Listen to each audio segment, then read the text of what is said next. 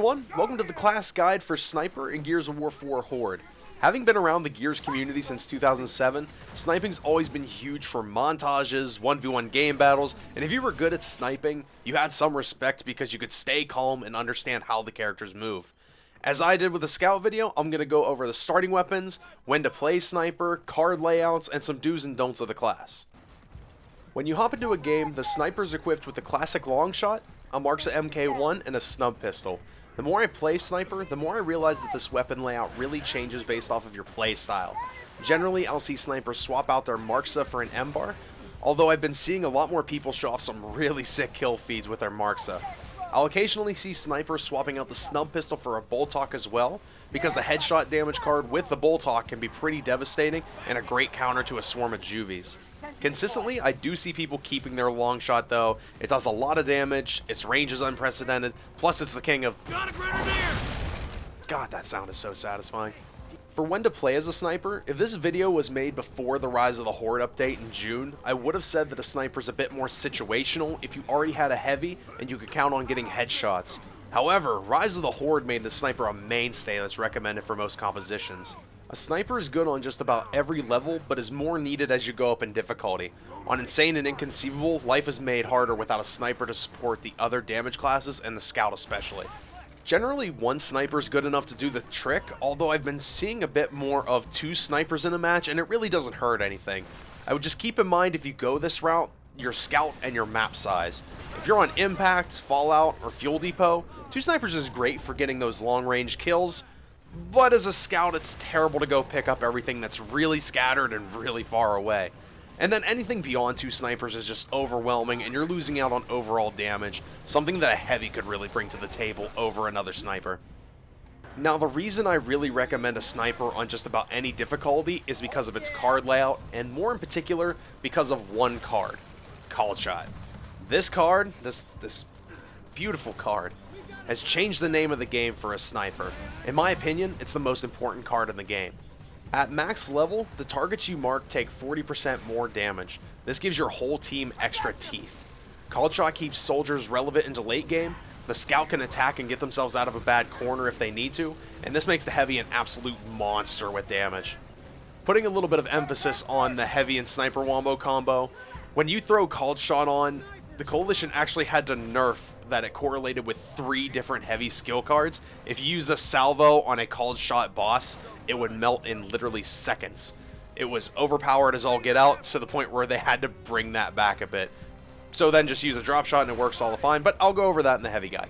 Snipers are unique where this class has the least amount of skill cards, but there really isn't a skill in the bunch that you can call out as being ineffective at any level of play. 2 abilities that I recommend for any sniper though is Called Shot and Explosive Headshot. Called Shot gives power to every teammate and does save a lot of problems with forts getting destroyed by throwing Called Shot on bosses. Explosive Headshot I really like as a group killer. If you see a swarm of juvies approaching and you land a headshot on one of them, you've killed all of them with a single bullet. If the engineer is throwing out barricades or decoys, when enemies cluster up at those points, the damage on Explosive Headshot is unreal, and it leads to a lot of very satisfying multi-kills. Apart from that, the other 3 cards are really up to how you play. The build I've been using consistently is Called Shot, Explosive Headshot, Headshot Damage, Radar Ping, and Sniper Strike. I'm a fan of this build, but I don't expect everyone to be a fan of it.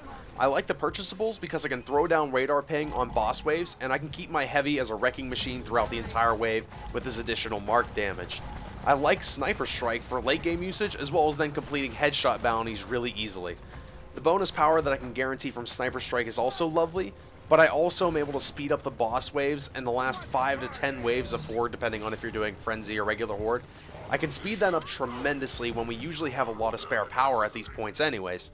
It requires communication, or at least a great sense of judgment if you don't have any communications with your engineer. Since I'm usually with someone I know for an engineer, they're usually the ones telling me when to use it because they're done with their build, or they've got some spare power and they'd like for me to just use it to finish up the wave a little bit quicker. And really, if you're struggling with engineers, feel free to join me on Twitch. I'm doing a shameless plug because shameless plugs are shameless. The sacrifice that my build makes, though, is that my precision rifles aren't as strong as others. For example, I see a lot of snipers, instead of going with the purchasables, they'll roll with precision rifle damage and magic bullet. in which case, so long as you keep your headshots consistent, you can throw down tons of extra damage with M-bars, long shots, and the Marksa. On the other hand, you also have 4 other utility skills I haven't mentioned yet: Precision Rifle Capacity, Precision Rifle Reload, Mark Boost, and Steady Hand, all of which are incredibly helpful based off of the situation.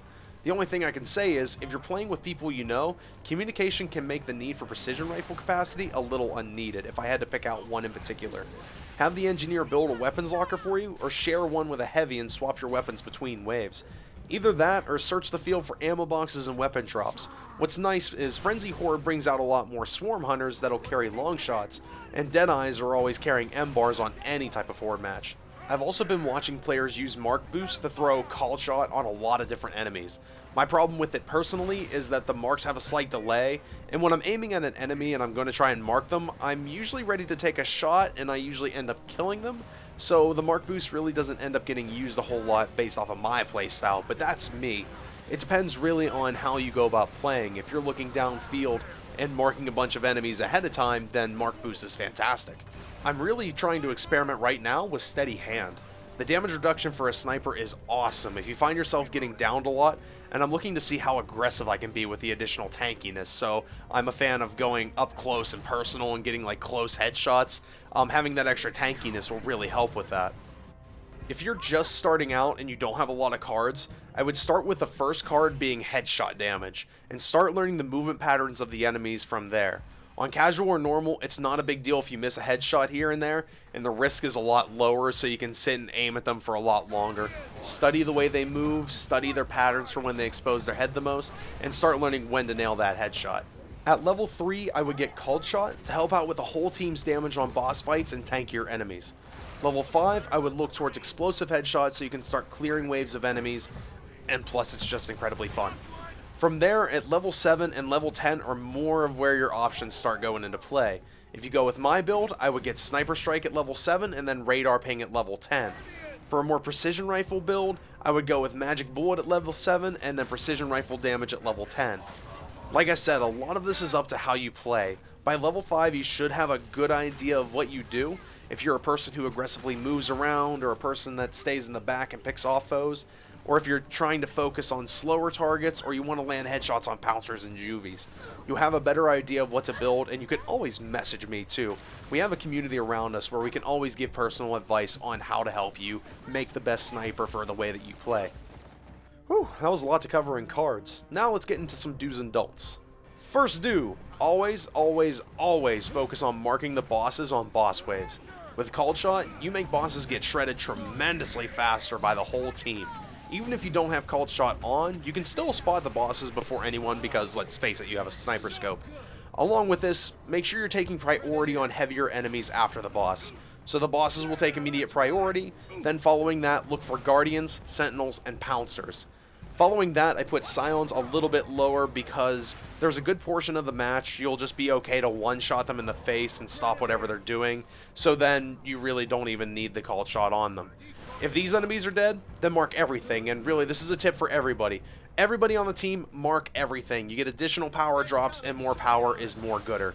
Trust me. Second do, be the Guardian for your scout. Whenever the scout starts running, keep an eye on where he's running. If you see him heading towards some deadlier enemies like Guardians, Mulchers, and Swarm with Lancers, mark those enemies that the scout is running to and try to snipe them. It helps the scout with some clairvoyance and makes picking up power easier when you're dropping it right at their feet. This also applies to helping those that are downed and people going to rescue downed teammates. As I said in the previous video, scouts are generally your medic class. They're going to be sprinting out into the battlefield to save whoever may have overextended or whatever happened. Make sure you end up being a covering force for them. You can really be a help at any type of range.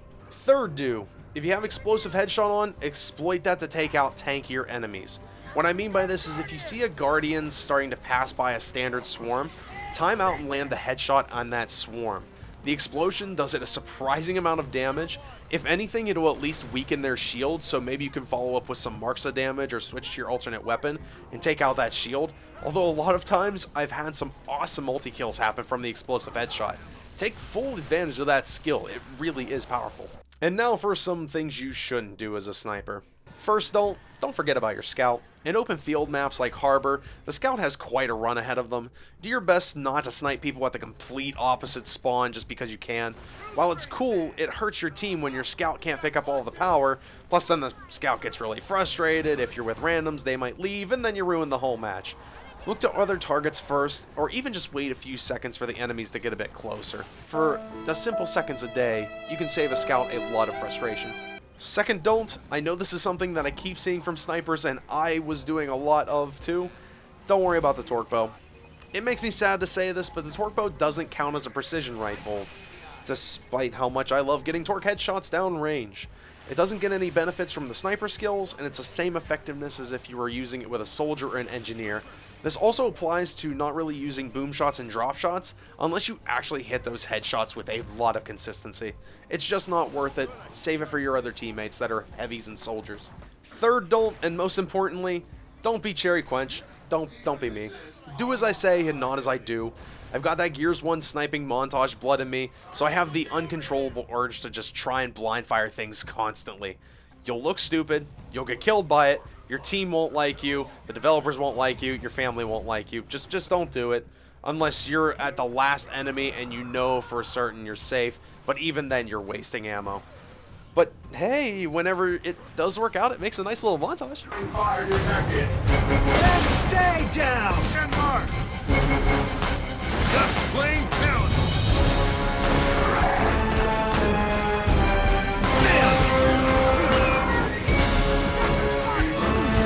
I gotta say, this is a good field! Did you see that?